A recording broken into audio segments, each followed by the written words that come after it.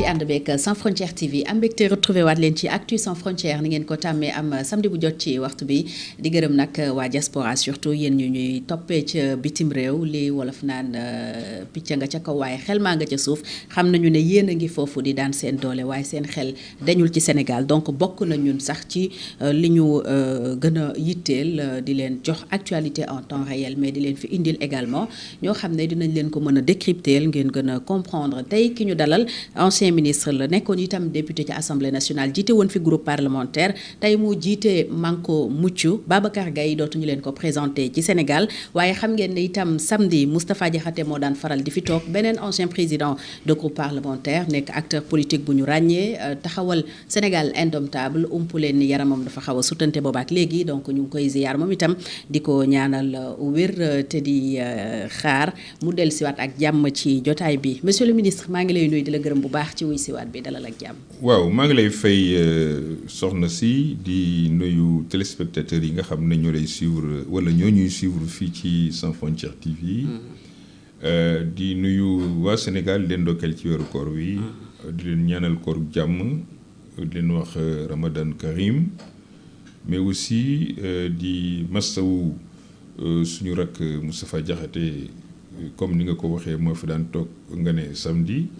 bu fekkee ne yaram mam dafa sutante dañ koy ñaanal yàlla fëgg boppam. amiin yaa rabbi mu wér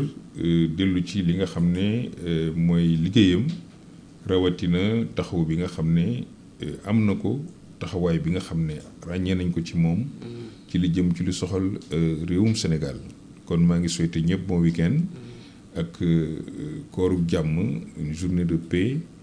di ñaanal Sénégal aussi mu nekk ci jàmm ci moment bi nga xam ne mooy moment weeru koor bi nga xam ne loolu lañ ci jublu comme yàlla dafay ci liñ wax dafay tënk seytaane yàlla na ko gën a tënk ngir Sénégal mucc ci seytaane. jërëjëf monsieur le ministre yow itam ñu lay ziar ci koor gi di la ndokkeel di la baalu àq bu baax baal la àq ñaan suñu borom nangul ñu di la wax yow itam Ramadan Karim Ramadan Moubarak monsieur le ministre fan yi ràññeeku nga lool ci comité de soutien à la candidature du président Macky Sall muy kuréel goo xam ne da ngeen ko taxawal ngir jàppale njiitu réew ma woon ci candidature am ñeel secrétariat général bu ONU kuréel googu luy taxawaayam ñan ñoo ci nekk ak lan ngeen nar a def. waaw fan yële passé mooy bi nga xamee ne fësal nañ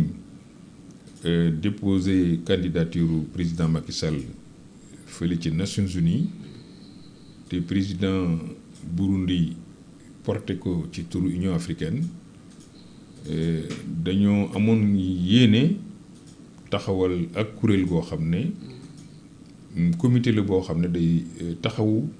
ki nga xam ne mooy candidature bi nga xam ne mooy candidature président Macky Sall ci xalaat ak ay quelques amis moo doon ñu constituer donc dans un premier temps benn comité d'initiative annonce rek lañ defagum ñu ngi constituer comité d'initiative bi jamono bii may wax ak yow lu dem ci téeméeri nit ak ñaar fukk ak lu topp signalé wu nañ adhéré ci li nga xam ne mooy suñu xalaat ñu fas yéene fii ak altine taxawal benn groupe de travail boo xam ne mooy liggéey ci suñu vision liggéey ci li ñu nam ma def muy objectif bi nga xam ne moom la ñuy wut waaye it nas suñu plan d'action maanaam bu ñu demee ba xam exactement objectif bi nga xam ne moom la ñuy fixé wu suñu comité boobu pour jàppale ki nga xam ne mooy président Macky Sall ngir candidature am bi nekk candidature Sénégal d'abord ensuite nekk candidature Afrique ak yeneen continent yi nga xam ne dañ koy yéene mu jiite Nations Unies ngir la communauté internationale rawatina le P5 ak les membres du conseil de sécurité yëpp muy membre permanent yi nga xam ne ñoom seen kàddu moo ci am solo muy États-Unis Russie France Angleterre ak Chine pour que ñoom ñu xam ne Sénégal bëgg nañu président Macky Sall nekk secrétaire général des Nations Unies ànd nañ ci candidature boobu parce que au-delà de yenn kàddu yi nga xam ne am nañu koy yëkkati ci biir Sénégal te seen bopp rekk a tax ñuy wax ndax kenn ci ñoom amul mandat wu waa Sénégal pour mën a yëkkati kàddu ci turu waa Sénégal ñun dañu bëgg comité boobu mobiliser Sénégal ñëpp nag amul xàññi ak seen amul parparloo ci parti amul boddante ci xeet Sénégal ni mu composé wu ci kilifa diine yi ba ci taalibe yi en passant par anciens ministres yi kilifa aada yi syndicalistes yi jigéen ñi góor ñi ndaw ñi ouvriers yi artisans yi universitaires yi hommes d'affaires yi élèves yi étudiants yi ñëpp li ñu bëgg ni Sénégal composé wu ñu taxaw temm ngir taxawu candidature bii nga xam ne candidature sac la ci Sénégal sac la ci Afrique pour l'instant mënuguma la wax ñi nga xam ne ñoo nekk ci biir ndax mënuma fi nekk di lim lu ëpp téeméeri nit ak ñaar fukk ak li ci topp waaye jàppal daal ne ñëpp ñi nga xam ne ñu ngi ci Sénégal te mas fee tekki dara ñu ci baree bari kuréel gu ci nekk am na ñu jógee foofu bokk ci mbir mi am na ñu nekk ci ay parti politique yu def seen déclaration ba pare wëlbatiku bokk ci comité d'initiative bi. waaw profil yi surtout laa doon laaj sax. profil yi moom jàppal ne ay politique la ay simple citoyen yan profil moo ci nekk. non ki nekk ci parti politique citoyen la d'abord. oui.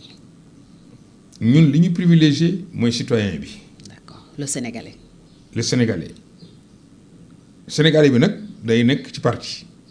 day nekk ci syndicat day nekk di jàngale université day nekk di jàngale ci école yi nga xam ne ñoo diggu dóomu day nekk artisan day nekk journaliste parce que ñu ngi ci biir day nekk chroniqueur ñu ngi ci biir day nekk kilifa diine ñu ngi ci biir day nekk kilifa aada déjà ñu ngi ci biir ñi ñu ràññee day nekk ay ancien député ñu ngi ci biir day nekk ancien ministre ñu ngi ci biir mën naa jàpp daal ne ni Sénégal bindoo noonu la suñu maanaam kuréel gii ñu commencé nas comité d'initiative bi bindoo. ñun nag yeggaguñ sax ci lancement bu lancement jotee. parce que di ngeen yegg ci yooyu. waaw waaw loolu moom mooy li nga xam ne mooy démarrage bi. lii ñu ngi togg mbir mi yàkkamtiwuñ dara. ndax échéance bi jiitu bi nga xam ne jàpp nañ ne am na importance mooy échéance bi ñuy tàmbalee audition yi te loolu avril ay le 20 avril lañ koy xayma lañ ko yaakaar kon fii ak boobu ñun dinañ waajal bu baax a baax suñ bopp. ba ñi nga xam ne ñooy nar a déglu président Macky Sall déglu ko ci vision xam ne doomu Sénégal. ak doomu Afrique yi am nañ yaakaar lool ci candidat bi nga xam ne moom lañ tabb te dañ koo jàppale. wolof dafay faral di wax naan comme bu mbul bañee làmbay nangu ku nekk am nga sañ-sañ ne man candidat bi gënaluma kenn ku nekk am nga sañ-sañ bu la neexee nga ne li tax gënaluma lii la waaye it kenn ku ne am nga sañ-sañ ne candidat bi moom laa bëgg te li tax ma bëgg ko lii la. loolee mooy sunu yitte te xam nañ ne Sénégalais yi ñi ci ëpp am nañ yaqin ne seen wareef mooy taxawu doomu Sénégal comme si dañ doon dem football coupe du monde ni Sénégal yi defee benn say jàppale équipe bi noonu la Sénégal war a defee benn say jàppale ki nga xam ne tey mooy suñu représentant ca fële nga xam ne fa la ñuy tànnee njiitu mbootaay gi nga xam ne moo ëmb réewu àddina bi yëpp ñu koy wax Nations Unies loolu nag dafa nekk wareef lu nu am ay réeroo lu nu bañ a juboo ci kàddu wala ci doxalinu réew mi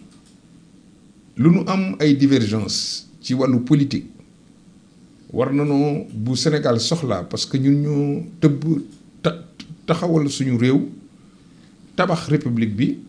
tuddee ko ak am slogan am ñu ne un peuple un but une foi benn peuple la ñun ñëpp benn lañu benn bëgg-bëgg lañ war a ànd bokk ko bëgg ko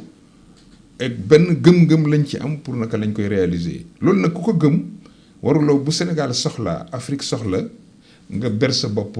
wala ngay ŋàññi li nga xam ne ñi ëpp ci réew mi ñi ëpp ci Afrique loolu mooy seen ngëneel loolu li ma ci neex rek mooy élan populaire bi nga xam ne juddu na te ma sentir mu am floraison maanaam de création de comités de soutien et de mouvements qui le soutiennent ay déclarations individuelles de soutien déclaration des partis politiques de soutien ndax dégguma benn yoon benn parti politique organisé wala benn syndicat organisé bu yëkkati déclaration ne man bëgguma Macky Sall nekk candidat ay individualité ñooñu seen bopp la ñuy waxal ndax kenn ci ñoom amul mandat ci waxal genn kuréel ne man soutenir naa wala bañ naa soutenir candidat président Macky Sall. mais ki am mandat pour soutenir ko muy le président au nom du Sénégal au nom de l'État waxagul donc élan populaire bi li muy rëy manqué na un cachet officiel ndax dégg nga certainement le ministre de l'intégration africaine et des affaires étrangères Cheikh Niang mu wax keroog ne gouvernement bi associé wuñ ko ci candidature u Macky Sall wax itam ne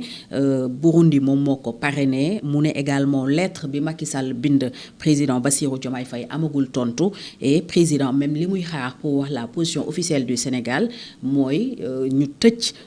candidature yi soumission délai soumission candidature yi jeex nan nga réagir ci déclaration. xam nga loolu j'ai beaucoup de respect pour le ministre des Affaires étrangères ndax daf di ko xam ne dama ko xam naa ko balaa muy nekk conseiller aux affaires étrangères xam naa xarañtefam xam naa jaar-jaaram ñun ñoo defandoor ma ak moom concours ENAM. D'accord. Cheikh Niang ñi war a choisir benn nit mu jël premier man ma jël deuxième te loolu li ko indi ñëpp xam nañ ko bi ñuy def maanaam question subsidiaire benn épreuve subsidiaire boo xamee loo ci am rek dañ la koy yokkal ci say point moom prof anglais la ñu def anglais mu am 18 mu am 8 loolu ko yàlla dimbalee te yàlla loolu la namoon waaye bi ñu bindee wala bi ñu defee oral man maa jiitu woon yàlla def na moom moo jiitu ma nekk liste d'attente parce que benn conseil aux affaires étrangères lañ doon recruter ci année boobu tey bu nekkee maanaam ambassadeur bu nekkee tey ministre ku mu ko yéene la ku ma xam ay liggéeyam fu mu jaar parce que nekk na représentation Nations Unies foofu comme conseiller après mu nekk fa MC li ñuy wax ministre conseiller ba dem ba nekk ambassadeur foofu ba dem ba jiite ambassadeur Washington ba dem fa jógee fa beneen réew jiital suñu réew bu ñu ko nommé ministre des affaires étrangères ku ñu nommé la ñu war a nommé c'est l'homme qu'il faut à la place qu'il faut politique nag il a diplomatiquement parlé ndax mënul wax ne Sénégal n'a pas été associé si Sénégal nii lañ ko mën a associé bi jiitu je veux dire de manière officielle li nga xam ne moom mooy yoon mooy président bi nga xam ne jigéen la léegi donc présidente assemblée générale des Nations Unies moom ak président wu conseil de sécurité des Nations Unies ñoom ñoo war a def benn lettre conjointe yónnee ko yëpp réew yi nga xam ne dañu bokk Nations Unies. D'accord. 193 yi ci bokk yëpp kenn ku nekk dañu lay yónnee lettre ne la ubbi nañ maanaam processus su tànn secrétaire général des Nations Unies pour à partir de janvier pour mu commencer liggéey à partir de janvier 2027 loolu saisir nañ Sénégal. Deuxième bi nga xam ne bokk na ci loo xam ne c'est quand même normal parce que il faut que ñu formaliser ko. mooy candidat bi mu demee ba xam ne waa Union africaine bëgg nañ ko choisir pour mu nekk candidat wu Afrique dafa xam ne njiitu réewum proposer ko pour mu nekk candidat moo ko gënal mu bind président de la république boobu ak léegi def na weer bu teg fan wax ko ne ko dama bëgg postuler pour poste secrétaire général des Nations Unies bëggoon sama réew nga jàppale ma yow président bi ko jiite ma bëggoon nga jàppale ma ci candidature boobu. ñetteel bi fi nga xam ne mooy kuréelu Afrique kii cette année ne dafay tànn benn candidat pour proposer ko au nom de l'Afrique président Diomaye Faye bokk na ci président yi ci nekk ci Union africaine ci sommet bi président Diomaye Faye xam na parce que wax na ak ñi nga xam ne ñoom ñoo organiser mbir mi ca Union africaine balaa ñuy dem ci réunion bi que dañu bëggoon am benn candidat et nous pensons à l'ancien président du Sénégal Macky Sall terewul yebal na premier ministre moom demul bu demoon xanaa du mën a lay ne kenn boolewu ko kam yebalit ba mu demee bañ ko laajee daf ne moom amul mandat wu déterminé wu par rapport au choix kon kañ lañ bëgg ñu associer leen ak naka lañ leen di associer loolu mooy benn wax bi ñaareel ba wax nga ko léegi nga ne ki nga xam ne officiellement moo ko war a soutenir non Sénégal ni mu mën a soutenir tànn candidat soutenir ko pour Union africaine noonu la ko beneen réew mën a tànnee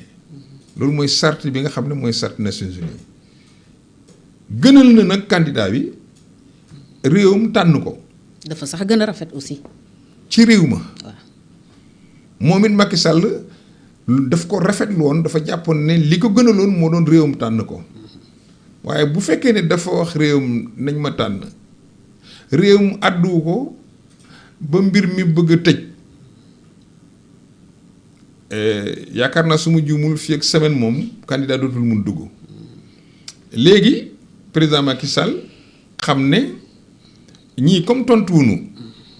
te moom Union africaine dañ ko bëgg a maanaam tabb ci la ko président Burundi woo mu dem fekk ko dëkkam yóbbul ko li nga xam ne mooy vision ak acte de candidature am ak CVM au cas où Afrique décidé ndax kiy wax mooy président ba au nom de l'Afrique ci loonu le président Burundi bi jëlee moom maanaam lettre bind Nations Unies comme ni ñu koy defee pays bu nekk ne ko kii mooy suñ candidat ñun waa Burundi waxul ne waa Afrique la mais gëm naa ne parce que waa Afrique mënul présenter candidat loolu aussi il faut que nit ñi xam ko. Union africaine mënul présenter candidat. président Burundi mooy président en exercice. de l'Union africaine mais ak Union africaine en tant que organisation. boo xam ne moo fédéré réewu Afrique yi amul moom habilitation pour présenter candidat. réew moo koy présenter. d'accord kon bu fekkee ne président ba moo ko présenté damay jàpp ne moom waxtaan na ci ñàkkul ak yeneen président yi. ndax Alassane Ouattara mënoon na ko def. Sassou Nguesso mënoon na ko def. Mohamed VI mënoon na ko def. beneen pays bu nekkul sax Afrique mënoon na ko def. mais Afrique def ko moo gënoon rafet pour président Macky Sall. Sénégal waxaguñ wax ji. ndax ñi nga xam ne tey ñoo nekk ci parti bi yor réew mi ñi ci yëg wax di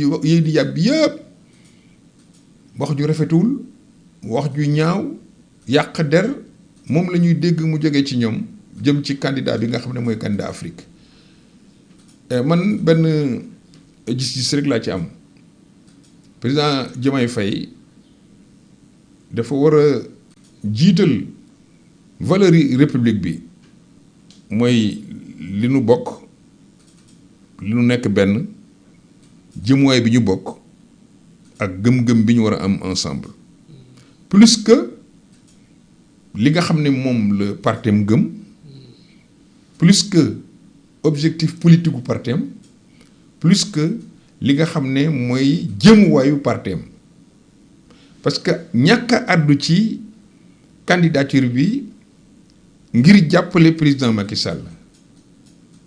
dañ koy jàppee ne defu ko jàppalewu ko ndax dafa mel ni pression bi nga xam ne parti bi mu bokk ñu ngi koy teg ci moom dafa am doole be mu fàtte li nga xam ne mooy devoir am en tant que président. En tant que président de la République mooy nekk le président de tous les Sénégalais et de tous les citoyens boo amee benn doomu Sénégal bu war a taxaw ne dama bëgg dara te ñi koy joxe di mbootaay xeet yi. te Sénégal moo fa représenté moom président Diomaye Faye moo fa taxawu suñu réew ndax moom mooy suñu njiitu réew ñu nangul ko loolu yëpp war na mën ne tiens bu amul beneen candidat ne kii kat moom la ñu war a taxawu def ko suñu mbër mu gagné mais dafa am lu ma sentir mu mel ni surtout ñi nga xam ne ñooy yëkkati kàddu gudul noonu jàpp ne Macky Sall warul nekk candidat man dama leen di ñaan ñoom ñi nga xam ne ñooy wax loolu c'est pas parce que dañ nekkoon ci làmbi mbapat suñu mbër mi kole ci seen mbër mi ba mu daan ñu war a dem bërile mooy dem feneen war faa jogante ci làmb nga ne ñun suñ mbër mi de man duñ ko faral parce que moo daanoon sama mbër mi mais y a pas de problème ñoom ñooñu di wax bu ñu amee beneen candidat boo xam ne moo ëpp chance Macky Sall pour ñu fal ko secrétaire général des Nations Unies mais nañ ko wone da ngay xaar nañ ko teg beneen candidat. non xaaruma loolu. dama wax ne bu ñu ko amee. nañ ko fësal ñun ñii li ñu gënal comme Sénégal gagné moom rek lañ bëgg. dañ jàpp nañ ne mbër moom moo mën suñu mbër mi waaye ñoo wax suñu mbër mi demal toog léegi kii lañ samp. bu ko defee Sénégal gagné ñun ñu ñëpp ñu kontaan bu ñu amee mbër rek nañ ko génne loolu moo gën a démocratique mais du ma dem doo dem loolu bokkul ci. yëfi jullit d'abord du démocratie te it du éthique républicaine ndax fi ñu toll nii rayonnement wu Sénégal war na jaral bépp sénégalais mu takk ceinture am mu takk gañoom ba mu dëgër bu jaree wuti xeej nga wuti xeej bu jaree wax nga wax bu jaree def ay xarfa fuufa nga def ko sax ngir ñu am ndam parce que ndamu Sénégal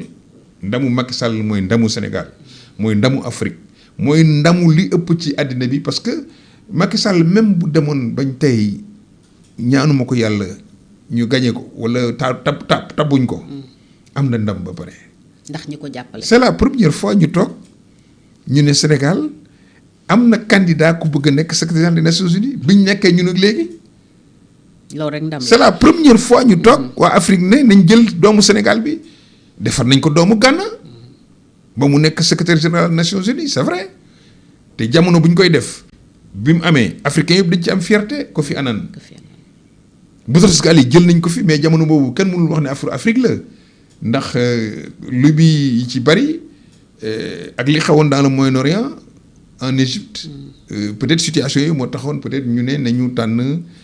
ku nekk dans le monde arabe pour essayer d'apaiser un peu li nga xam ne mooy àddina bi bref tey Macky Sall guléet la benn bëñ nag ci gémmiñ dafa war a weex te tey mooy sunu bëñ moom lañ bëgg bu ñu demee fa ñuy reetaanee bu ñu ree donte benn bëñ la sax na fekk bëñ ba weex waaye bëgguñ ñu présenter ñu bëñ bu xadam donte que heureusement moom remplir toutes les conditions ndax CVM ak fi mu jaar au plan international ak fi mu jaar ci programme ak yi mu bokk moo xam affaire climat la moo xam affaire multilatéralisme la moo xam la place de l'Afrique au Conseil de sécurité avec comme statut de membre permanent moo xam li mu xeex ci G20 bu Afrique dugg G20 moo xam li mu def bi crise bi amee en Ukraine wax ak Poutine ba ñu libérer l'engrais et le blé moo xam donc nit ku mel noonu fu mu dem ñu wekk ko te bi mu wàccee ci nguur gi la gën a ëpp aura au plan international ñu boole ko ci lépp di ko invité fu ne quand même ku mel noonu nag bu ñu ko amee nag war nañ koo tiitaroo loolu mooy man li nga xam ne ñun suñu mouvement bi yooyu lañ bëgg a fësal bokk kook sénégalais yi ñu gën a defal ko campagne autrement dit pas campagne pour dem Nations Unies wala di dem ci réew Afrique yi di wut ay voix déedéet ñun li ñu bëgg mooy réew Afrique yi ak réew àddina bi tànn. d'accord xam ne Sénégal d'accord nañ ñu tànn Macky Sall. d'accord même bu kilifa yi waxul. fii au niveau kilifa yi baat rek la ñu am. d'accord ça ne changera rien comme dañu bëgg a wax au nom des populations sénégalaises. mais bu population sénégalaise waxalee seen bopp ñoom seen kàddu dootul am benn importance mu ngi mel ni référendum rek. xam nga mën nga dem élection voté nii ñu wala assemblée nationale ñu yóbbu fa loi groupe bu 165 députés ñoo koy voté waaye bu fekkee dañuy dem référendum 18 millions de Sénégalais yëpp ñooy prononcé wu ci loi bi. donc jàpp naa ne bu fekkee ne affaire crédibilité la la voix des Sénégalais moo gën a mën a ëpp portée que la voix d'un président de la République. qu'on le veuille ou pas. d'accord mooy dernier laaj bi pour ñu tëj chapitre bi daanaka sax ubbi nga ko lan mooy tey ay chance su Macky Sall pour nekk secrétaire général ONU et bu ko nekkee lan mooy doon njariñ li pour Sénégal mais aussi pour Afrique. waaw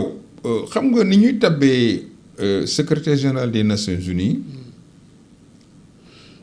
moom ngay xool pour xam ndax candidat wu Afrique bi doomi Sénégal ji. moom président Macky Sall am na chance nekk ko wala amul chance nekk ko ñu tabb la rek mooy première nga am nga chance pour mën ko ne parce que balaa nga naan naam ne fa. ñu nangu sa candidature. waaw te moom mu nga fa. te pour l'instant ñam fa nekkal ñoom ñoo bokk benn fu ñu jógee mooy c'est continent Sud-Amérique. te benn réew kenn ku nekk si yàgg sa réew moom continent wu lëmm ne kenn amu fa candidat 55 xaw ma 56 états yu Afrique. ñëpp ne moom la sauf peut-être pour l'instant fi mu bokkagum parce que ñoom prononcé guñu loolu mooy premier avantage bi mu am psychologique. Deuxième avantage bi mooy. relation yi mu am yu ratax ak juróomi pays yi nga xam ne ñoom ñooy faral di dogal kan moo koy nekk ndax fële ca conseil de sécurité mi présenté candidat bi assemblée générale bi parce que conseil de sécurité ñoom ñooy tànn candidat bi proposé ko assemblée générale bi te foofee dafa am lu ñuy wax les membres permanents lim naa ko léegi dinaa ko limaat muy France muy Chine muy Russie muy Royaume-Uni ak Royaume-Uni France.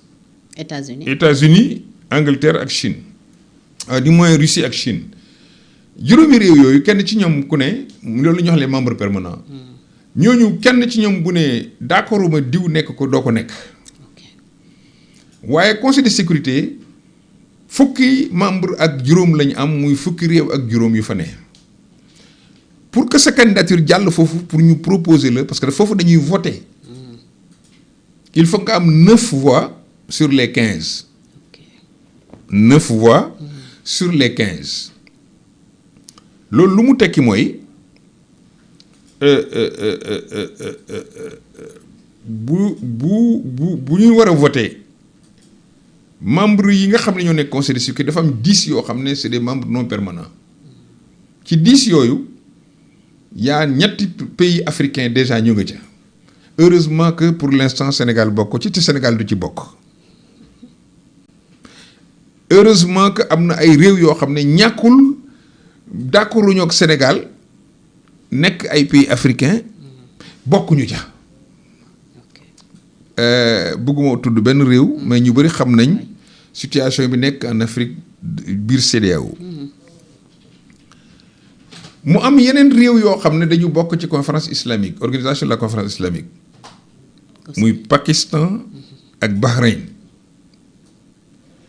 mu am yeneen réew yoo xam ne dañu bokk Europe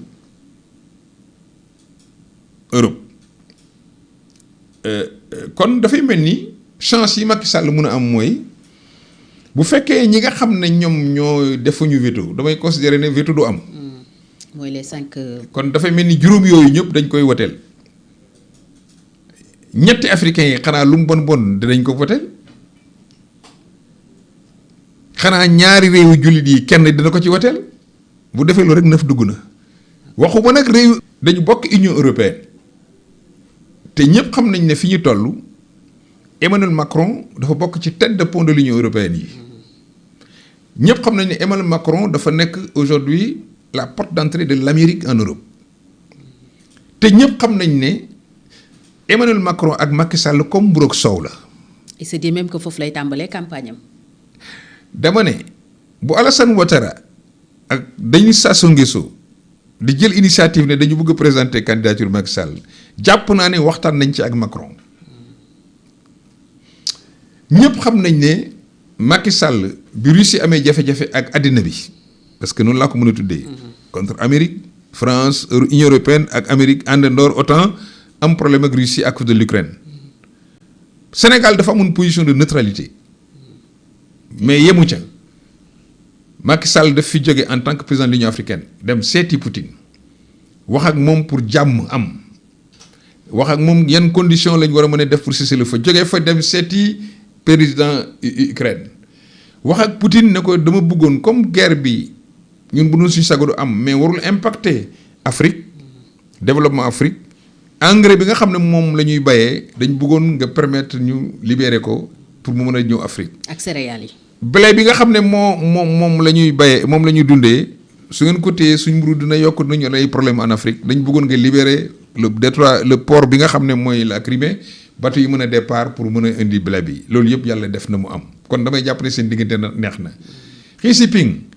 moom ak président Macky Sall bokk nañ di gérer le sommet Afrique Chine Xi Jinping ñëw na fii Sénégal seet si président Macky Sall relation yi nekk entre Chine ak Sénégal ñëpp xam nañ ko la preuve ñi yor réew mi tey lu ñu daan faral di wax dañu jël économie bi jox ko ay étranger bi ñu waxee waxu France fàtte nañ ne lu bari Chine moo ko def fii ci Afrique ci surtout infrastructure muy autoroute beeg. BRT bi. chantier yu mag yëpp Chine ñoo ko def. donc ñun ak Chine comme mburu ak soow te jàpp naa ne ñi ma dégg ñu ne candidat lañ am na ci réew yoo xam ne ñoom ak Chine duñ laale loolu xam naa ko déjà dafay mel ni bon te Angleterre qu'on le veuille ou pas ñëpp war nañ xam ne alignement ak France ak États-Unis moo gën a yomb te ñun au plan géostratégique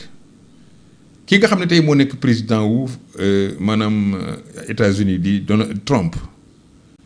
bu doon sagom Amérique di gën a jouer un rôle fii ci Afrique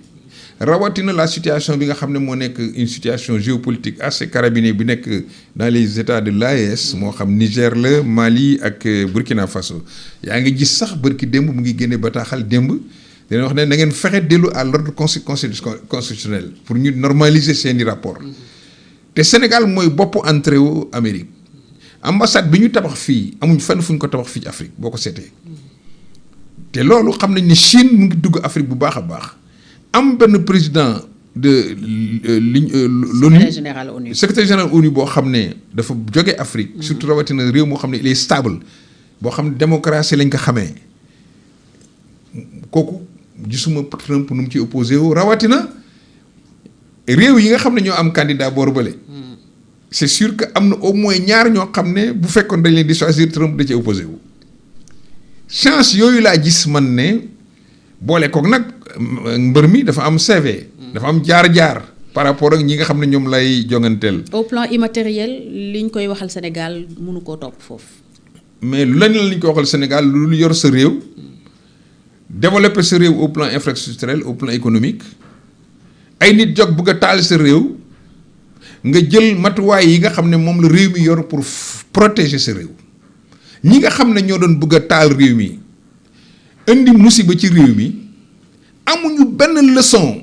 morale wala éthique bu ñuy jox ki nga xam ne moom dafa utiliser les moyens de l'État pour défendre ñi doon agresser Sénégal loolu c'est tellement terre à terre mooy benn ñaareel ba pour l'instant yëgaguñu benn yoon benn tribunal bu wax Macky Sall yaa fi def lii ba ko ci daan. mais ñu ne y a des plaintes au niveau de la CPI. dama ne ñu ngi koy fàttali. xam nga bëgg naa yéen journalistes yi bu leen dof yooyu di wax. ngeen leen di bàyyi xel di leen challenger d'abord CPI crime yi nga xam ne ñoom lañ fay yóbbu nit essayé woon nañ te du Branco yëgoon déposé woon na fa fu mu mujj. amagul. xam nga amul. ndax CPI. tontooguñ ko. non de tontu nañ ko dañu xoolul ay dafa il est d'abord amul habilitation saisir CPI. pour déposer la. merci ñaareel ba CPI li muy examiner CPI soxla lu ñuy plainte soxla yi bu xamee ne am na génocide bu xamee ne am na crime contre l'humanité bu xamee ne am na. crime de guerre moom day ñett yooyu la mën a apprécier. Sénégal amagul génocide Sénégal amul crime de guerre Sénégal amul crime contre l'humanité parce que bu nekk dañ ko définir de manière très claire pour mu leer ci bopp nit ñi. beneen bi mooy Macky Sall il est immunisé et totalement immunisé kenn mënu ko topp ci dara lu bokk ci liggéeyam bi mu nekkee président de la République kenn mënu ko topp ci dara laa wax dara ci fonction wu président de la République am nee nañu sauf cas de haute trahison. Or ba bii ñuy wax dans le droit positif kenn mësulaa définir lan mooy haute trahison en tout cas suñ corpus juridique amu ci. Ensuite kenn toppagu ko ci. Enfin kenn mësu ko ci condamné ban gàllankoor lañ mën a am ensuite bu ñuy bind Nations Unies kan la ñuy bind à supposer que am na Sénégalais ONG wala ay organisation wala ay nit dañuy bind Nations Unies bu ñu bindee lettre bi kañ lañ koy adressé. supposé que dañ koy adressé secrétaire général bi. mais kooku du bokk ci processus bi. parce que jeexal na déjà. d'abord ensuite examiner problème yu mel noonu mënul gàllankoor maanaam examiner candidature bi nga xam ne mooy candidature ya fa dem benn gàllankoor moo mën a maanaam tax Macky Sall du nekk secrétaire des Nations Unies. mooy France ne déet wala Angleterre ne déet wala Russie ne déet wala Amérique ne déet wala Chine ne déet. te yooyu yëpp yaakaar nga ne du am. su naroon am président Macky Sall du nekk candidat. kon moom assuré wu na déjà am yooyu yëpp. dama ko njort. d'accord dama njort ne bu comme il est intelligent. nit ku xam boppam la. xam réew mi ni muy doxee. xam relation internationale yàgg ci réew pendant 12 ans jiite ko di dajeeg ponkal yi xam ni ñuy doxalee Nations Unies. su demee ba naan dama bëgg nekk candidat. xam na ne am na chance su nekk ñu tànn ko. li ko waral mooy je ne trahirai pas de secret. Depuis presque j'allais dire 1 an lu mel ni dafa doon nekk sama yitte te yu bari aussi dama ci doon waxtaan ak moom pour xam ndax dafa bëgg wala déet ci weer yu mujj yi li nga xam ne mujj nañ ko retenir comme principe buy tax mu bokk. mooy bëggul di bokk te ñi nga xam ne ñooy les membres permanents duñ ko jàppale. est-ce que am na seen waxtaan ak ñoom bañ ne ko waaw xawma ci dara est-ce que Emmanuel Macron mi nga xam ne ñoom jàpp nañ ne moom Macky Sall mooy préfet est-ce que dafa porter candidat bi auprès de ses homologues ñi nekk conseil de sécurité comme membre permanent moo xam États-Unis la moo xam Chine ak yeneen dëkk yi. xawma ci dara. mais gëm naa ne les choses se passent ailleurs. Les choses dépassent na les conflits émotionnels yi nga xam ne moom lay dégg ci dëkk bi yenn yi soxor la ñàkk yéene sa wujji jàmm soxor la ndax koo xam ne mënoo ko teree dem bu nar a falu mënoo ci dara bu nar a daanu mënoo ci dara dañ ne mbër soxlu ko muy daan ngay ree moo gën nga koy maanaam xeex bu amee ndam nga am gàcce man bugguma Sénégal am gàcce ci mbirum Macky Sall bi moo tax président Diomaye Faye war na jouer rôle président de tous les Sénégalais en tant que président de la République bañ a am ay état d'âme de militant d'un parti politique te góobu na sax am na ko parce que yu bari jaar na fi gis naa ko mu ngi gën di xam ne moom c'est le président de tous les Sénégalais lu bëri ci partem li ñu koy ŋàññi ba koy xeex ba koy boddi c'est parce que am na yu ñu doon bëgg muy def war na leen ne loolu duma ko def parce que méngoowul ak charte république bi méngoowul ak les intérêts des Sénégalais kon dama yaakaar ne il se ressaisira peut-être ça va être un peu tard fekk na mbir mi dem na ba pare bu doon sama sago moom ci boppam mooy nekk président directeur de campagne du président Macky Sall dafay neex pour l'image de l'Afrique, du Sénégal d'abord et de l'Afrique. Toute la communauté mondiale ne Sénégal wanete nañ seen mëneen de parce que loolu moo fi am. bu ñu voté ba pare boo gis Sénégal yëpp dañuy tàccu. parce que dañuy wane suñu mëneen. Et nous savons aussi nous retrouver autour de l'essentiel. Absolument yu bëri daf koy wane. absolument mais li jaar diggante Pastef ak APR ci Sénégal fii li jaar diggante Pastef ak nguuru Macky Sall ci réew mi nga toog président Macky Sall xëy bis ne moom dafa bëgg ñu am ay élections inclusives ñi nga xam ne dañ leen toppee loo xam ne dafa grave ay infractions yu grave ay crimes mu génne leen par une loi d'amnistie boo xam ne controversée ñu bëri d'accorduñ ci woon ñooñu dem mu ànd ak ñoom d'après les informations yi circulé ba ñooñu gagné mu taxaw leen ba installé leen. def transmission du pouvoir. ci jàmm ak salaam. ñooñu won seen bopp même en campagne électorale que Macky Sall du seen ennemi Macky Sall du seen ennemi leur adversaire c'était donc le candidat de l'APR donc Amadou Ba ñu dem ba ci biir ñu Macky Sall pare lépp ñu jox ko avion mu dem génn réew mi ñibbi en fait dem toog réew Maroc fee mu toog mais diggante bi lu fi xew lu fi war a jaar ba tax. la xewoon teen bi déyoon fi lool Macky Sall rootaalee leen ñoom tey ñu nekk ci situation wu delloo ko baag bi ñu ne loolu du fi amee. C'est un problème. Alors Macky Sall yóbbu na genn wàll temps émission bi yëpp alors que am na yeneen sujet mais sénégalais gi mu doon itam tax na ñu ngi fësal suñu jàppale ak suñu ñaan jëm ci. ndax bokk nga ci comité bi ma bëgg a toral. bokkaguma ci. non est-ce que da nga ci bokk. dinaa ci bokk incha allah donc Sans Frontières TV officiellement dina soutenir mi ngi soutenir la candidature du président Macky Sall ndax Sénégal ndax sénégalais gi mu doon bien sûr donc su demee Sénégal lay yóbbaale monsieur le ministre ñu jàll ci leneen ñu nga doon wax justement ci ñoom laa bëgg ñu wax ndax itam tey ñoom ñoo nekk ci bopp réew mi donc lu leen wokk daf ñuy xuri ñun ñi nekk ci suuf noo jàngatee dernier développement yi am diggante Sonko ak Diomaye waxtu wi ña ngay xaar président Bassirou Diomaye Faye ci King Fahd Palace coalition Diomaye président mooy tëj tey ay travaux assemblée générale am président di ko dem teewee ji lu ko jiito dalal na fi ndogu député yi Pastef yi la ca jógee ñun ñëpp dégg nañ ko premier ministre itam en réaction mu def déclaration donte waxtaan ak proche diggante moom militant moo ko yëkkati woon mais on a compris que derrière c'était pour réagir ci li xew ak li fa génn muy ay laaj ak tontu yu doxoon diggante président ak député yi Pastef yi noo jàngatee situation bi ni mu développé nii. bien man de bettuma ndax man mai 2024 laa waxoon. Gare aux dérives yi li ma ci gisoon mooy sommet état bi premier ministre bi ñu yor bu mu jàppee boppam comme l'ancien président du conseil Mamadou Dia na jàpp ne c'est un primus inter pares maanaam dañ ko dénk gouvernement bi pour mu coordonner mais moom dañ koo fal moom amul pouvoir constitutionnel yu tax mu mën a dékku président bi ba bëgg ko def morom. yegg si nañ ci loolu plusieurs fois dégg ngeen ko dootuma jaraat ci déclaration yi mu fi jot a yëkkati comportement yi mu fi mujj am taxawaay yi mu fi wane ba tey Diomaye qu'on le veuille ou pas mu ngi commencé yëg boppam parce que wax na ko dégg naa ci seen réunion boobu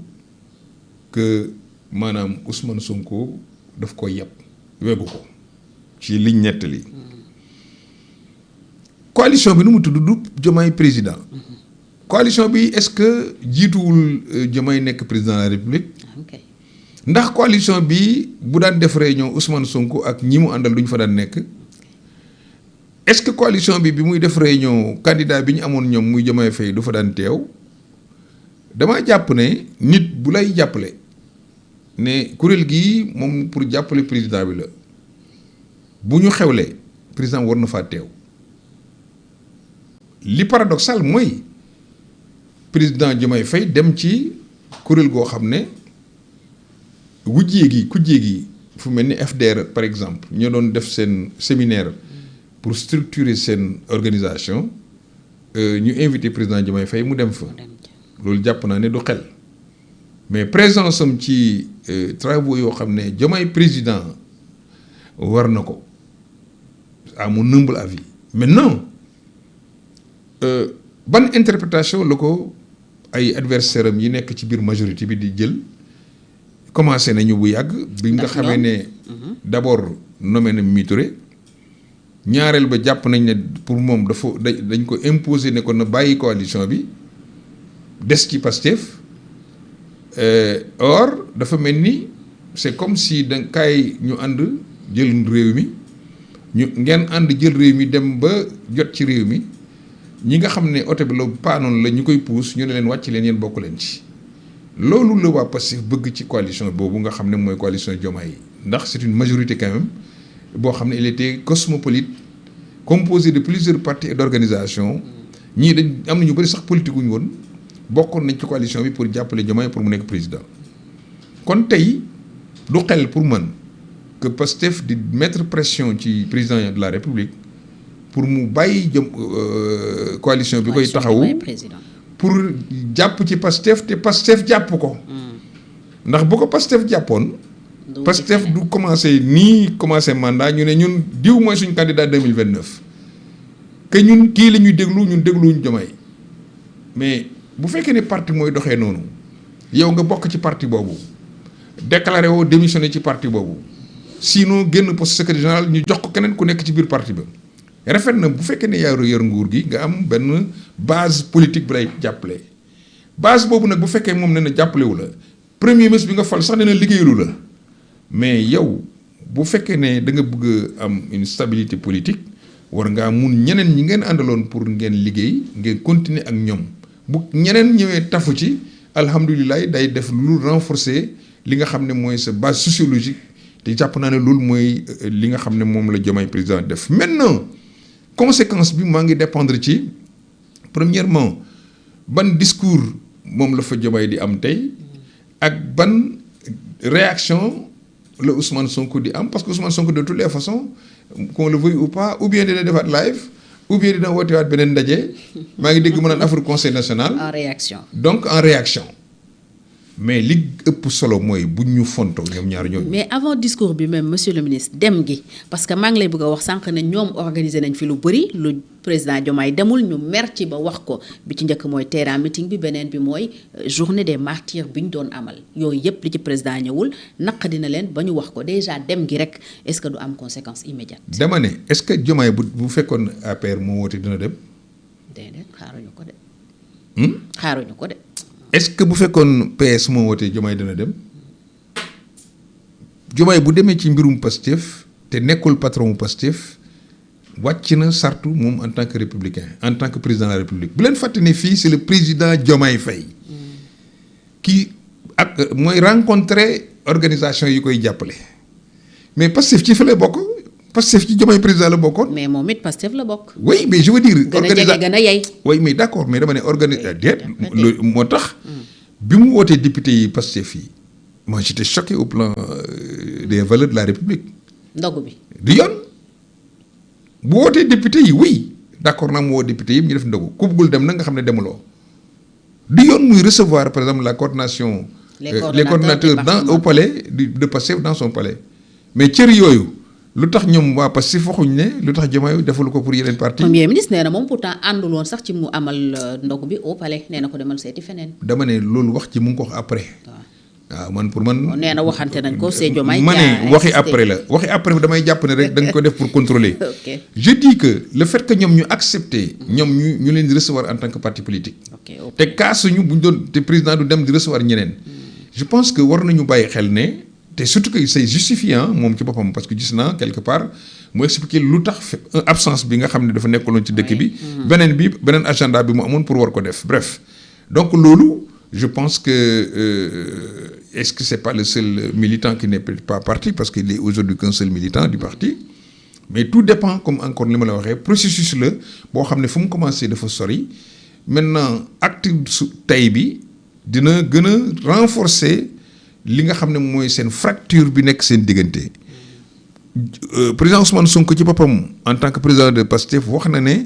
déviation yi nga xam ne gis na ko ci doxalinu Diomaye dina jur ëllëg bu ko jaree moom mu quitté pour maanaam primature peut-être nekk ci opposition bi ça veut dire que moom divergence yi sori na et dem na ba naan dañuy def cohabitation douce. cohabitation déjà nee na. cohabitation douce mënul am. parce que moom du premier ministre comme France il n'a pas de pouvoir moom bokkul comme Mamadou Dia cohabitation douce mooy un premier ministre comme en France am un président boo xam ne moom ñoo bokk parti ñoo bokk même majorité. On parle de cohabitation maintenant bu fekkee ne premier ministre bi majorité bi ko yóbbu fal ak président de la république bokkuñu majorité fii ñu toll nañ considérer ne maanaam premier ministre bi majorité bi mu yor bokkul ak majorité président de la république loolu ñu constaté wuñ ko. loolu mooy les réalités des faits donte que le premier ministre au Sénégal n'a pas de pouvoir mais il y a quand même, qu'on le veuille ou pas, une majorité qui le soutient et le président de la République a une majorité qui le soutient. Donc, si il y a beaucoup de différence, cohabitation, n'est qu'une cohabitation douce. Confrontation lay jur. Te fofu lañu tollu te man gëm naa ne balaa ci fan yu néew wala ci weer yu néew wala semaine yu néew weer yu néew da nga gis ne yegg nañ ci fin wu crise bi te bu boobaa dañuy nar a séparé wu loolu moom kenn gënaluloon Sénégalais yi leen bëgguñ loolu. yaa ngi koy séntu kon. ah mais bien sûr mais mënuñ continuer lii c'est le pays mooy daanu amul lisibilité avec pour les investisseurs amul visibilité pour nos partenaires amul visibilité même pour les citoyens sénégalais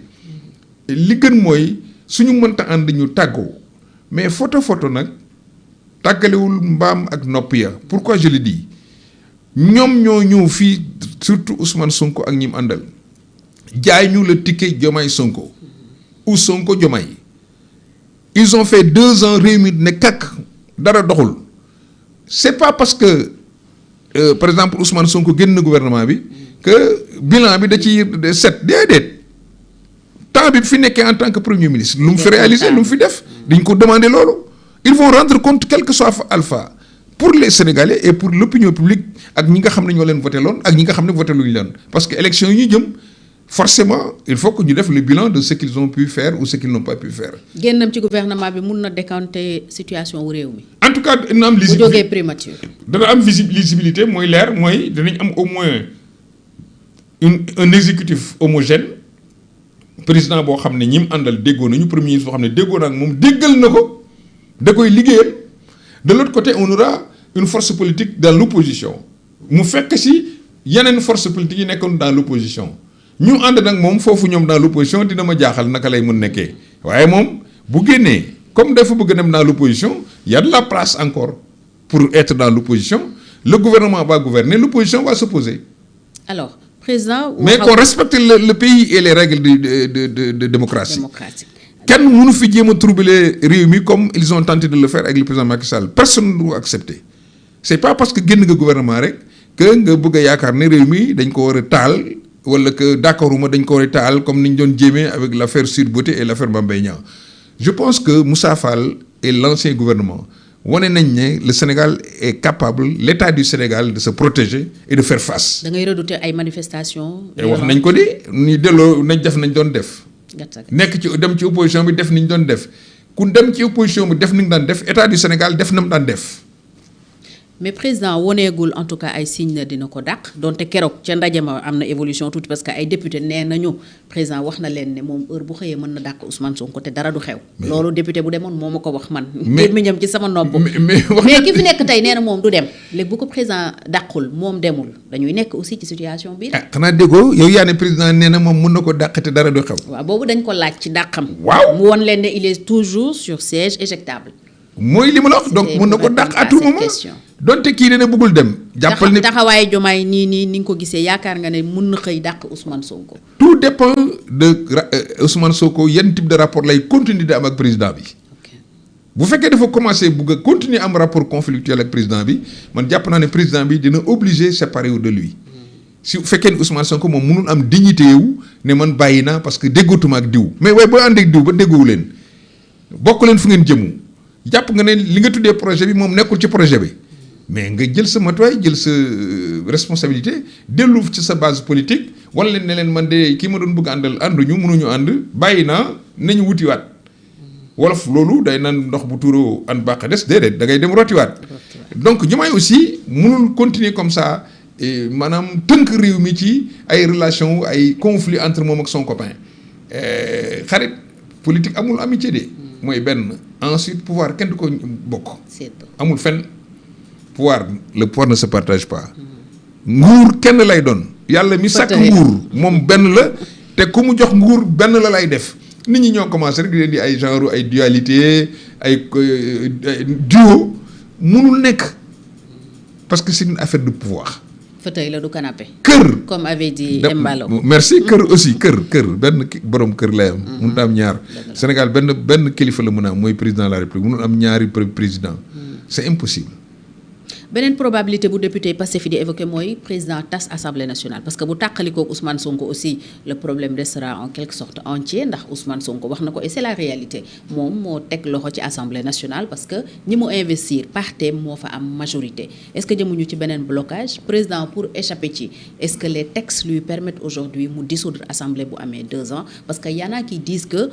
mënul tas assemblée ñaari yoon ci benn mandat nekkoon nga président de groupe nekkoon nga assemblée donc laaj bi mooy loolu est-ce que mën na nekk. non lors d'une session dissolution mu mënta nekk. ok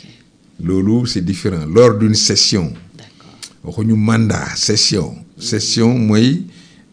bokkul ak maanaam session mooy mu commencé octobre ba juin. loolu mooy session. c'est-à-dire. Constitutionnellement le président de la République peut dissoudre l'Assemblée nationale bis bu amee 2 ans loolu moom du débat. d'accord mais il faut mu am 2 ans. ok ñaareel ba wax nga ko léegi ne nga Ousmane moom ne na moom assemblée. théoriquement le chef de la majorité parlementaire noonu la ko waxee. moo ko moomagum moo ko nekkagum. politique du biir dafay xëy wasin gis nga pouvoir ak xaalis day tas amitié day tas relation yaa ngi dégg wor bi nekk ci politique li ko gën a tax mu gën a am question d'enjeu de pouvoir la question d'enjeu de ressources la mettre la main sur les ressources gis nga bis bu député yi xamee ne ils sont sur siège éjectable dinañu gën a nekk yeneen façon député yu dul député yi nga xam ne ñu ngi mbéy bi man maa la wax loolu bis bu ñu xamee ne seen nekk assemblée ci xottu gerte la nekk ñu soppi doxalin man maa la wax loolu ñu soppi taxawaay. dem féete ñu soppi jëmuwaay buñ fa demut it dinañ collaborer. duñ ko gàllankoor. dañ mooy collaborer maa ngi lay fàttali ne la. 2000 Abdoulaye di jël pouvoir bi pendant 1 an majorité bi ba fu mu bokkoon. PS da nga mës a dégg ñu naan dañuy motion de censure wala dañ leen di topp. loolu mooy viwu assemblée loolu mooy dund ni député yi rawatina député yi kay ku leen waxoon ne leen danañ nekk assemblée duñ ko gëm ñu ci bari 50 wala 60% bi xalaatuñ ko seen àddina ñooñee boo leen bëgg wax ne la dañ ngeen fii génn te seen ñëwaat wóorut. ñooñu duñ def lu leen di génne foofu ensuite pouvoir dafa sew pouvoir dafa am doole déjà ci biir gouvernement bi am na ci ñoo xam ne c'est certain que biñ leen di tànn Sonko ànd na ci mais fi ñu toll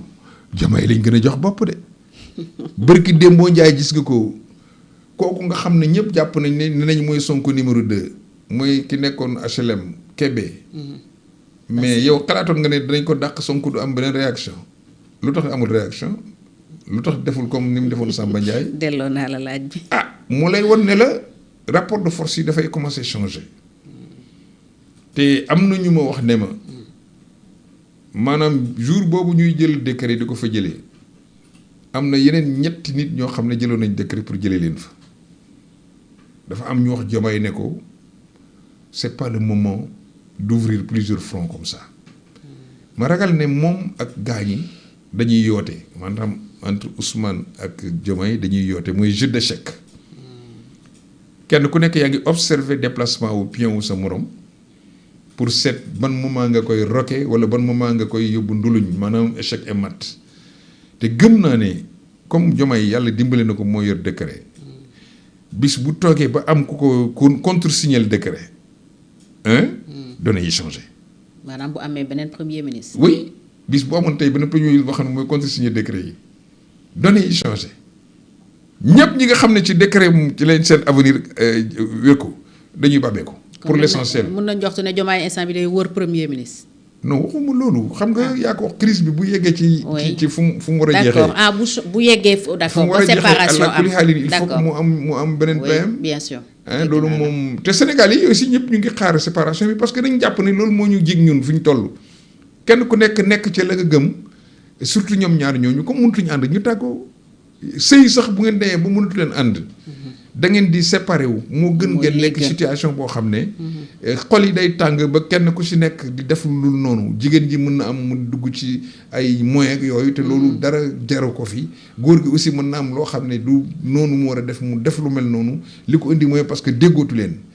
kenn ku nekk dem bu fekkee da nga war a wutiwaat soxna nga dem seet keneen bu fekkee moom dafa war a wutiwaat borom kër mu dem seetiwaat borom kër loolu mooy fi ñu toll situation Sénégal parce que réew mi nit ñi dañoo sonn. gisoo benn moyen benn chance suñu surmonter la crise parce que on avait en fait eu l'impression que ñu ngi ci waaj a génn bi ñu gisee dernièrement ñu ànd di jubilé di kaf di ree. ci ay événements loolu par force la coupe la mooy lii rek. oui même avant daje nañ ci yeneen cérémonie di reetaan àndandoo bon. mais c'est normal que àndandoo bu premier ministre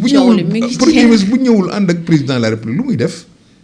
loolu moo ordinaire. kon gisoo benn chance. non waxuma xam nga man du ma nekk oiseau de mauvaise augure. mais comme ñoom seen bopp ñooy envisager séparation.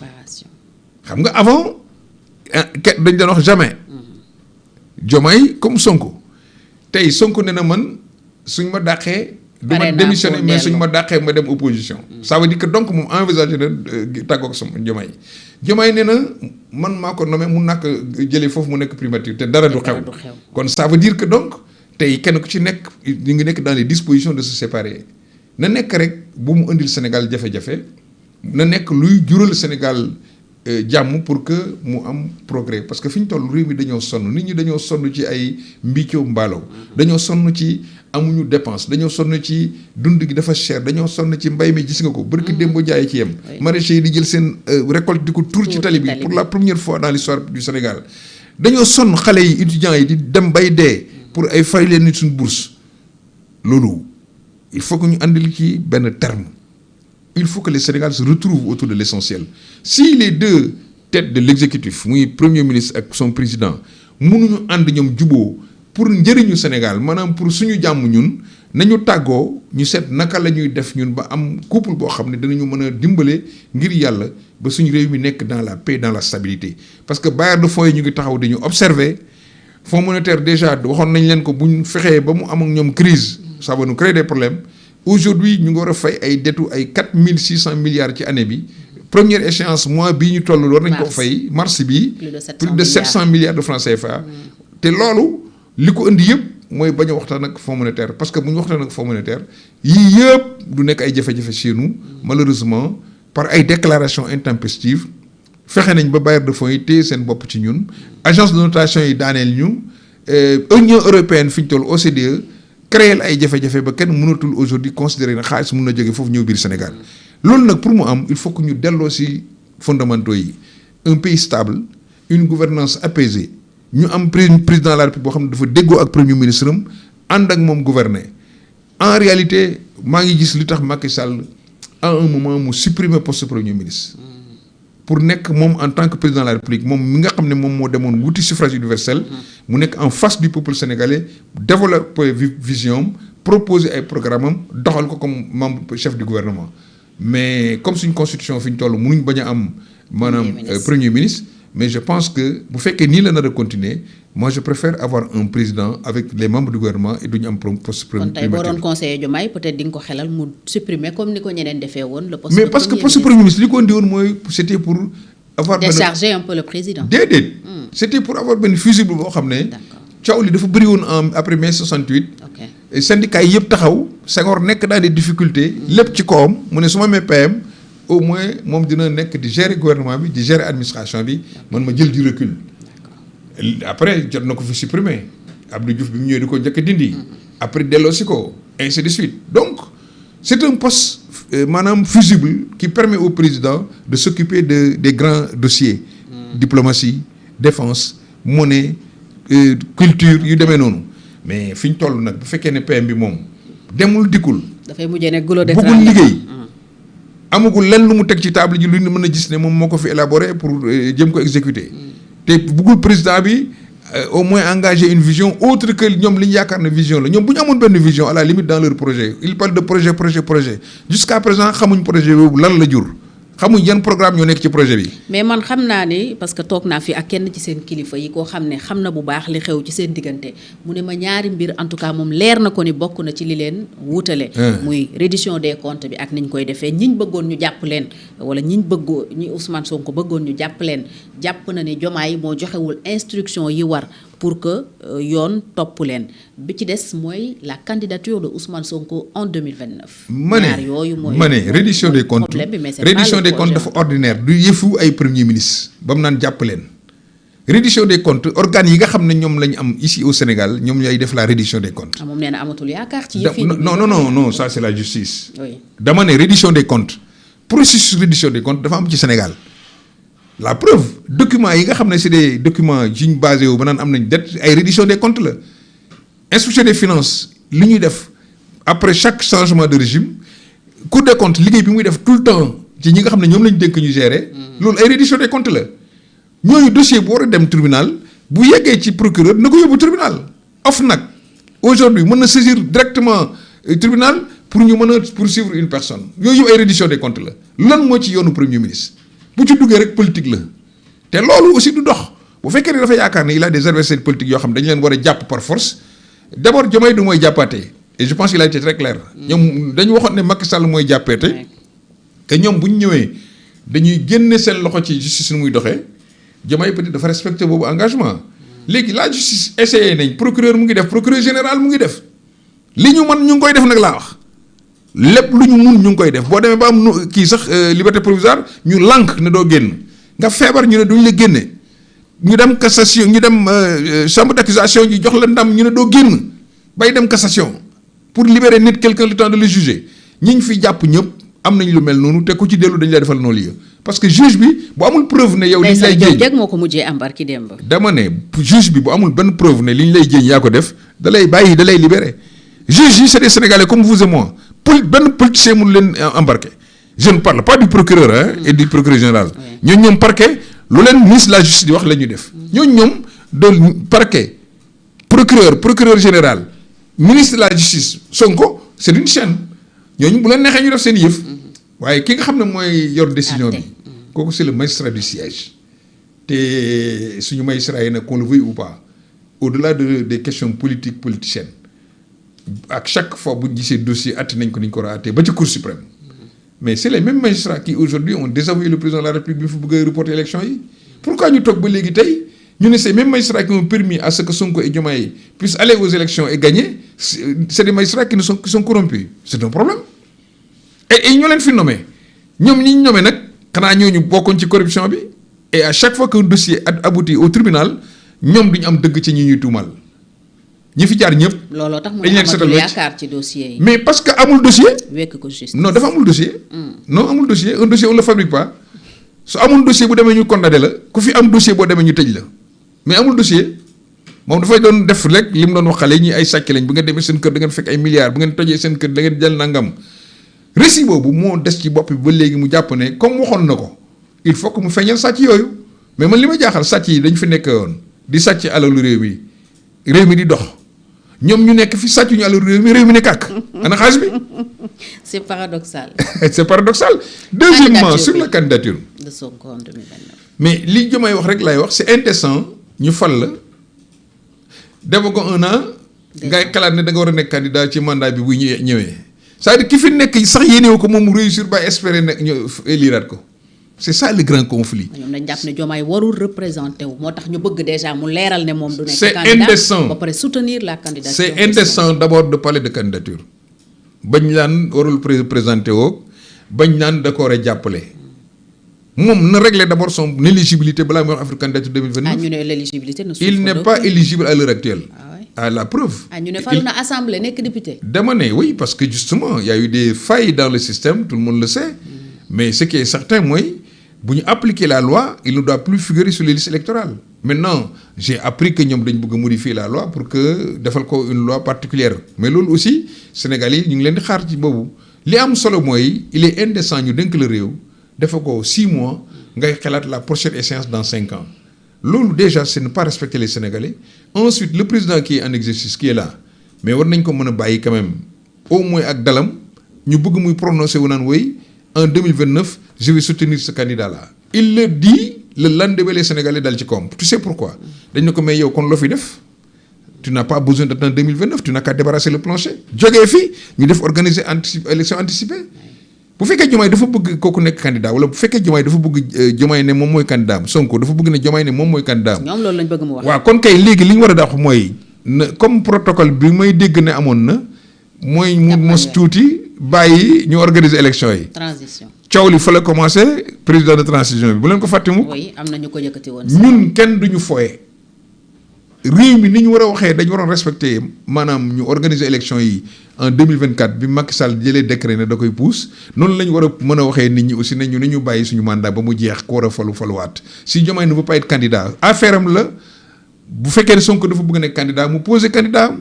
mais mënuñu wékk suñu réew mi ci ay échéances yoo xam ne yegg seegul campagne électorale à tout bout de champ meeting rien que pour dama bëgg a nekk candidat soxlawul dinaa bokk jarul xuloo jarul xeex xaaral ba mbir mi yegg si nga bokk.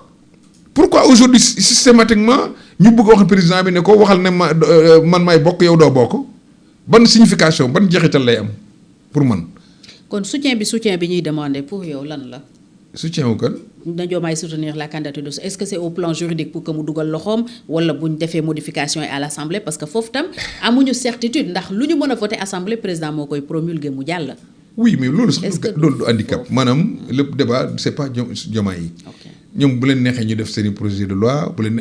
proposition de loi bu leen Diomaye moo koy promulguer bu ko promulguer Assemblée mën na ko promulguer. loolu du wax. débat bi du foofu Sénégalais yi ñoo doon nangu ñuy manipuler la constitution et les lois pour les besoins d'une personne. Diomaye moo la gën a xam loolu. li waxoon Ablaye Wade 2023 le 23 juin ne modification bi nga bëgg a def du jàll. ce sont les mêmes Sénégalais qui diront à Diomaye ne ko modification bi ngeen bëgg a def du jàll. il faut que les choses soient très claires donc son soutien bu fekkee dafa yaakaar ne Diomaye dafa war a précipiter affaire yi defal ko pouvoir yu bari pour mu def lu ko neex. Diomaye pour l'instant refuse de le faire et puis Diomaye dafa am yu mbokk Diomaye président la c'est pas un goujat-fier dans le sens où dafa war a ñëw nekk fi toog ñu naan ko jaaral fii demal fii bu yàggee mu sax mu gis boppam il n'est pas un manchot yàlla moo ko def tey mu nekk président ci jaarale ko ci vote Sénégalais yi s'il prend conscience que à la limite li ko dal wala li yegsi ci moom c'est exceptionnel mais war na ko mën a jox yeneen xalaat mu bañ a nekk ci ay sew yooyu mu gis boppam yëg boppam xam ne mooy président de la République incarner li nga xam ne mooy staturam en tant que président de la République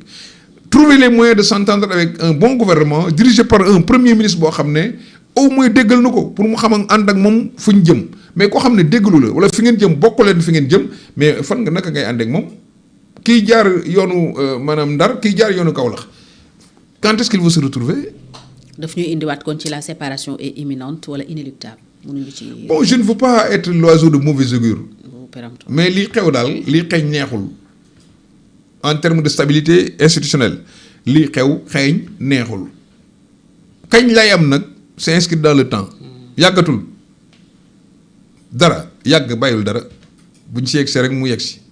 luy sa xalaat ci conseil national de régulation des médias bi ñu taxawal barki démb assemblée nationale voté ko organe de presse yi seen patronat di yuuxu di wax ne c'est une manière xëy na de contourner dogal bi cour suprême jëloon dernièrement ci li ministre de la communication Aliou Sall dogaloon mais bi yoon élargir nañ ko ba ci réseaux sociaux yi parce que tam bëri na lu fay xew lu ñu bari jàpp ni jaaduwul nan nga gisee bi lépp kuréel. réseaux sociaux yi li ci xew ñoom ñoo ko fa def réseaux sociaux yi li ci xew ñoom ñoo ko fa def. ndax boo ko seetloo réaction bi seen gaañi am bitim réew moo lay wan ne la li nekkoon ci réseaux sociaux yi ak li ci ne ñoo ko ci def lu ñaaw lu bon li nekk ci réseaux sociaux yi ñoom ñoo ko promouvoir déglu naa ñi nekk France déglu naa ñi nekk Amérique gis naa ñi nekk Canada dégg naa ñi nekk fu ne kenn ku nekk dagg yaa ngi mel ni tulleeg màlle saaga bu gën a ñaaw dama yéemu ci yàlla. barki démb rek après ndogu bi. gis naa ko suivre naa ko ci Facebook ak TikTok yeeg yooyu. loolu dafa wane ne ñoom ñoo doon promouvoir li bon ci réseaux sociaux yi ensuite médias yi kenn mu leen museler dañu nax seen bopp rek on ne peut pas faire des pas en arrière en matière de liberté surtout en matière de liberté d'expression ak liberté de la presse mënuñu essayer nañ étouffer les médias au plan financier terewul journalistes yi nga xam ne nangu nañ ne ay journalistes lañu seen dignité gàddu nañ ko ak seen difficulté yi ñuy dund continuer def seen métier rédaction yi tey koo ci dem boo leen xoolee da ngay xam ne ñii boo demee gëj nañ fayu salaire est-ce que ça a changé quelque chose dans leur travail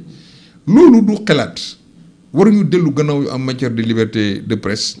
waruñu dellu gannaaw en matière de liberté d'expression waruñu jéem a museler les gens parce que fii nit ñi il faut que ñu wax li ñu xalaat mënuñu ci dara mënuñu jàpp ñëpp feesal kaso bi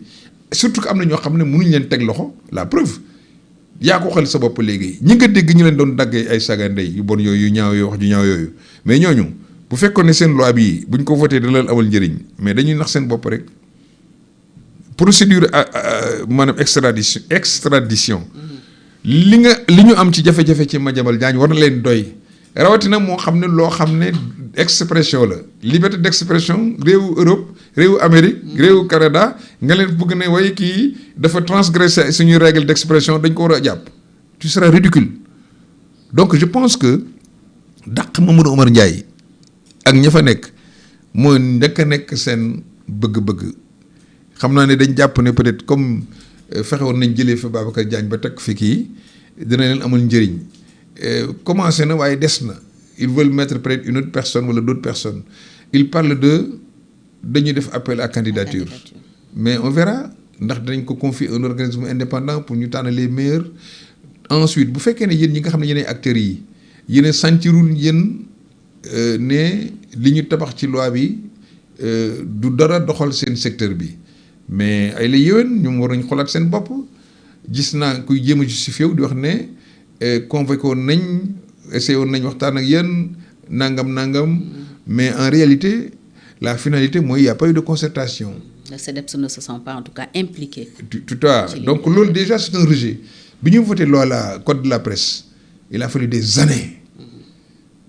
Sall ki nekkoon Synpics je me rappelle bien.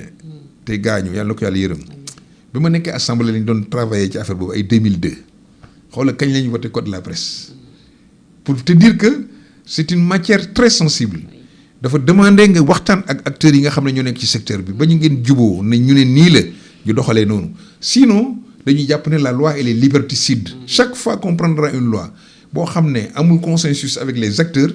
journalistes dañ naan c'est liberticide. Ah, tout ce qui se fait pour moi sans moi se fait contre moi. Absolument